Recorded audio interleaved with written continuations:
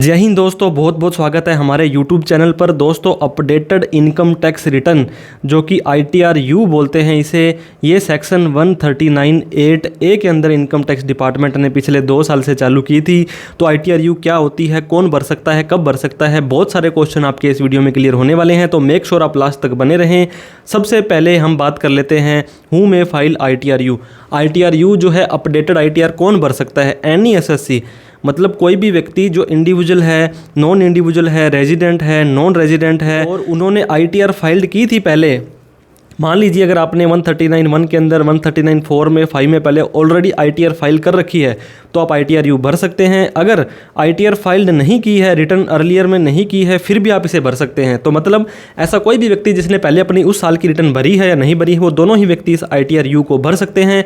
कब तक ये ITRU भर सकते हैं दोस्तों? सबसे पहले मैं आपको बता दूं, असेसमेंट ईयर 24-25 अभी 31/3/2024 का जो साल खत्म हुआ है, फाइनेंशियल ईयर 23-24, आपको पता होगा असेसमेंट ईयर 24-25 की इनकम टैक्स की रिटर्न 31 जुलाई 2024 तक भर सकते हैं। और जब तक आप नहीं भर पाए 31 जुलाई तक, तो 31 दिसंबर तक आप बिलेटेड ITR भर सकते हैं। इतना तो आपको ध्यान होगा। तो इस साल की ITR की बात हम बाद में करेंगे।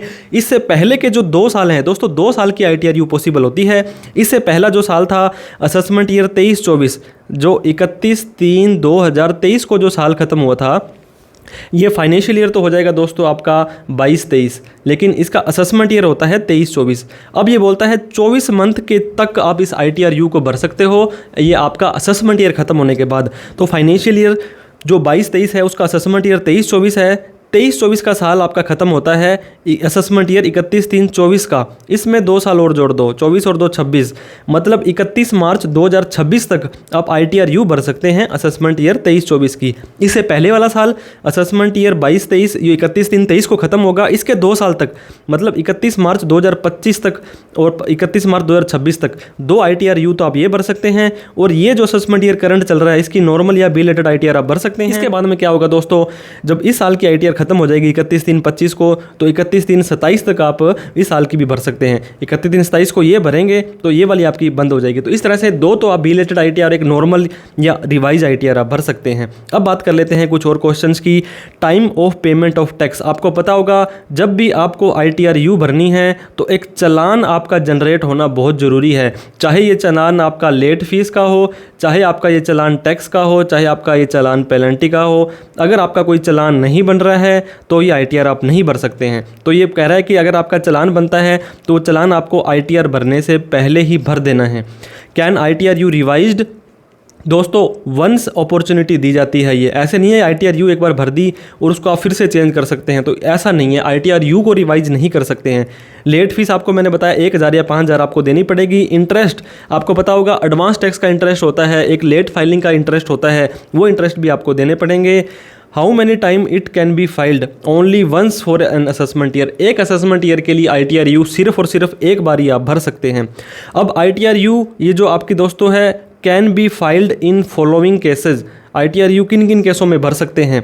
रिटर्न प्रीवियसली नॉट फाइल्ड, पिछले 2 सालों की रिटर्न आपने नहीं भरी है, कोई दिक्कत नहीं है, ITRU भर सकते हैं। इनकम नॉट रिपोर्टेड करेक्टली, दोस्तों आपकी इनकम थी 6,10,000 रुपये, आपने दिखा दी 4 लाख रुपये, 5 लाख रुपये, तो सही नहीं दिखाई है। Wrong head of income chosen, इसके अंदर भी थोड़ा सा इशू रहता है। अगर आपने सैलरी की इनकम थी उसको अदर सोर्स में दिखा दी है या ऐसा करके कुछ भी हुआ है, लेकिन सिर्फ और सिर्फ हेड चेंज करने से काम नहीं चलेगा, आपको चालान फिर भी भरना पड़ेगा। Reduction of carry forward losses, loss है वो कैरी फॉरवर्ड के कम करने हैं, अनऑब्जर्व डेप्रिसिएशन को कम करना है, टैक्स क्रेडिट को कम करना है। टैक्स रेट अगर आपने गलत भर दिया था तो ITRU आप भर सकते हैं। क्या उद्देश्य है दोस्तों, ITRU इनकम टैक्स डिपार्टमेंट ने क्यों लाया था? सबसे पहले तो एडिशनल टैक्स रेवेन्यू, आप बिलीव नहीं करेंगे इतनी सारी ITRU हमारी रूटीन के अंदर जाती है जिसके अंदर की लेट फीस चली जाती है। सबसे पहले तो 1,000 रुपये या 5,000 रुपये, फिर जो टैक्स लगता है उसको टैक्स देना पड़ता है, उसके अंदर इंटरेस्ट देना पड़ता है, फिर उसके एडिशनल इंटरेस्ट और एडिशनल टैक्स और देना पड़ता है। दोस्तों, जितना आपने टैक्स भरना है उसका 25 या 50% और टैक्स देना पड़ेगा। लेकिन इसमें क्या होगा, आप अपने आप को सेफ गार्ड कर सकते हो। लिटिगेशन, कोई पेनल्टी है, एडिशनल टैक्सेस है, इंटरेस्ट है, ये दे करके इनकम टैक्स का अगर आपका कल को कोई केस खुलता है, अभी बहुत बार ये होता है दोस्तों, सेक्शन 133(6) के अंदर लोगों को नोटिस आ रहे हैं आपने रॉन्ग डिडक्शंस क्लेम ली है, सेक्शन 148 में आपका नोटिस, 147 में आपको नोटिस ना आए। इसलिए आप अगर ITRU भर देते हैं, अगर आपने कोई हाई वैल्यू ट्रांजेक्शन्स की है, सपोज करो आपने कैश डिपॉजिट 10 लाख से ज़्यादा, क्रेडिट कार्ड 10 लाख से ज़्यादा, FD 10 लाख से ज़्यादा का ट्रांजेक्शन किया था और ITR नहीं भरी थी उस साल की, तो आपका ये 3 year from the end of the relevant assessment year notice आ सकता है। तो आप ITRU अगर आपके ऊपर एप्लीकेबल होती है तो प्लीज़ भर दें, ताकि इन फ्यूचर में आपको किसी भी तरह की दिक्कत का सामना ना करना पड़े। ITRU can not be filed, ITRU आप नहीं भर सकते हैं अगर आपके पास लॉस है। ये देखिए, अब मैं बताना चाहूँगा, अगर आपकी माइनस के अंदर 2 लाख रुपए की इनकम आ रही है तो यहाँ पे तो कोई चालान बनेगा ही नहीं दोस्तों, यहाँ पे कोई टैक्स नहीं बनेगा, तो आप ITRU नहीं भर सकते हैं। तो लॉस के अंदर आप नहीं भर सकते हैं। रिड्यूसिंग टैक्स लाइबिलिटी, पहले आपने नॉर्मल ITR भर दी थी 139(1) के अंदर, वहाँ पे आपने मान लीजिए 50,000 रुपये का टैक्स भरा था, अब कहते हैं कि मेरा टैक्स तो मैंने 40,000 ही करना है, तो ये पॉसिबल नहीं है, क्योंकि टैक्स बनेगा, चालान बनेगा, तभी ITR आपकी जाती है। और इंक्रीज़ द रिफंड, अगर आपने रिफंड दोस्तों नहीं लिया था, रिफ़ंड लिया था तो कम लिया था, आप कहते हो कि मुझे तो ज़्यादा रिफ़ंड चाहिए, तो इस केस में ITRU नहीं भर सकते हैं। अगर सर्च आपके ऊपर हो चुकी है दोस्तों सेक्शन 132 में, books of account income tax department ने मंगा लिए हैं, कोई सर्वे हो गया है, कोई सीजर हो गया है, तब ITRU आप नहीं भर सकते हैं। कोई प्रोसीडिंग ऑफ असेसमेंट या रीवैल्यूएशन रिकैलकुलेशन पेंडिंग है, तब आप ITRU नहीं भर सकते हैं। AO has inform against such person under the PLMA होता है दोस्तों, prevention of money laundering act के अंदर असेसिंग ऑफिसर जो आपके होते हैं, जहाँ पर आपका पैन कार्ड बनवाया गया था आपने, उसको सूचना मिली है कि PLMA में आपने कोई ट्रांजैक्शंस की हैं, फॉरेन की इनकम है, बेनामी प्रॉपर्टी वगैरह का ट्रांजैक्शंस किया है, कोई स्मगलर या फॉरेन एक्सचेंज के अंदर आपने मैनिपुलेशन किया है, तो आप ITRU नहीं भर सकते हैं। कोई भी और नोटिफाइड पर्सन है, गवर्नमेंट टाइम टू टाइम इसको बता सकती है कि ये व्यक्ति ITRU नहीं भर सकता है। तो कितनी कॉस्ट लगेगी, मैंने आपको बताया था 234A B C का तो ब्याज देना पड़ेगा, लेट फीस 234F की देनी पड़ेगी, और एडिशनल टैक्स और देना पड़ेगा दोस्तों आपको, वो भी हम आगे डिस्कस कर लेंगे। अगर आपकी इनकम 2.5 लाख रुपए तक है तो लेट फीस आपकी कोई नहीं लगेगी। आप तो कहेंगे कि सर 2.5 लाख से ज़्यादा इनकम होगी तभी तो ITR हम भर सकते हैं, ऐसा नहीं है। अगर आपकी 1 लाख रुपए की कोई स्पेशल इनकम आ रही है, सपोज करो कोई क्रिप्टो की या कोई लॉटरी वगैरह की, तो इस पर 30,000 रुपये का सीधा टैक्स लग जाएगा, और आपकी इनकम 2.5 लाख से कम है तो लेट फीस तो नहीं लगेगी, लेकिन 30,000 रुपये का टैक्स देना पड़ेगा। इसमें 12,500 की आपको रिबेट भी मिल जाएगी, ऐसा नहीं है कि आपको सारा के सारा ये रिबेट वगैरह नहीं मिलेगी, तो इस तरह से आपका लेट फीस नहीं लगेगी। इनकम 2.5 लाख से 5 लाख है तो 1,000 रुपये का चालान देना पड़ेगा।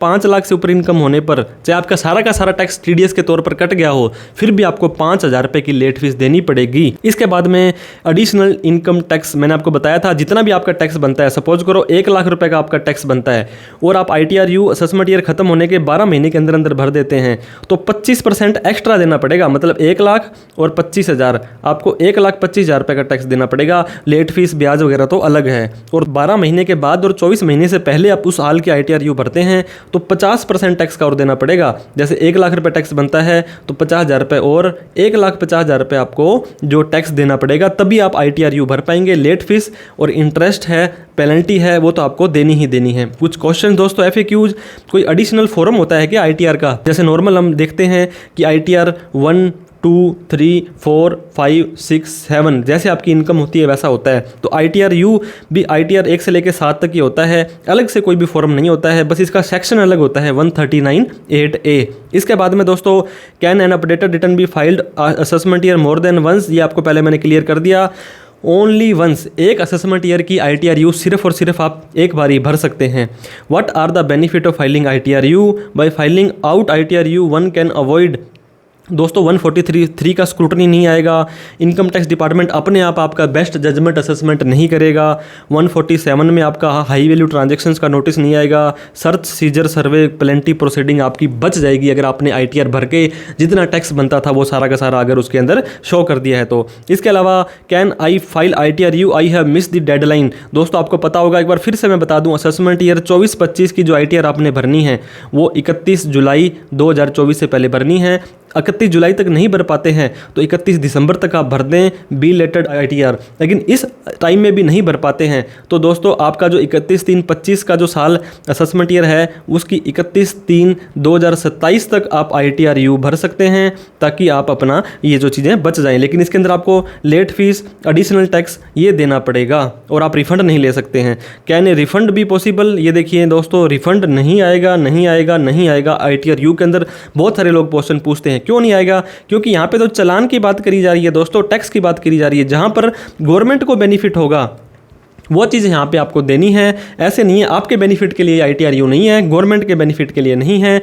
तो इस तरह से दोस्तों हमने ये बताया कि आपने ITR यू कब भरनी है, कैसे भरनी है। वीडियो अच्छी लगी हो तो प्लीज़ लाइक करें, अभी तक हमें सब्सक्राइब नहीं किया है तो प्लीज़ कर लें दोस्तों, और इस वीडियो को उन सभी लोगों में शेयर करें जो ITR यू से रिलेटेड कन्फ्यूजन में थे। आपको भी कोई डाउट हो, क्वेरी हो, क्वेश्चन हो तो आप कमेंट कर सकते हैं, हम उसका रिप्लाई करने की कोशिश करेंगे। आप हमारे सोशल मीडिया हैंडल्स पर जुड़ सकते हैं दोस्तों। हमने टेलीग्राम और व्हाट्सअप के अंदर चैनल चालू किए हैं, उनको भी आप प्लीज़ फॉलो कर लें, वहाँ पर भी हम रेगुलरली अपडेट डालते रहते हैं। Thank you so much for watching this video. आपका प्यार यूं ही बना रहे। जय हिंद, जय भारत।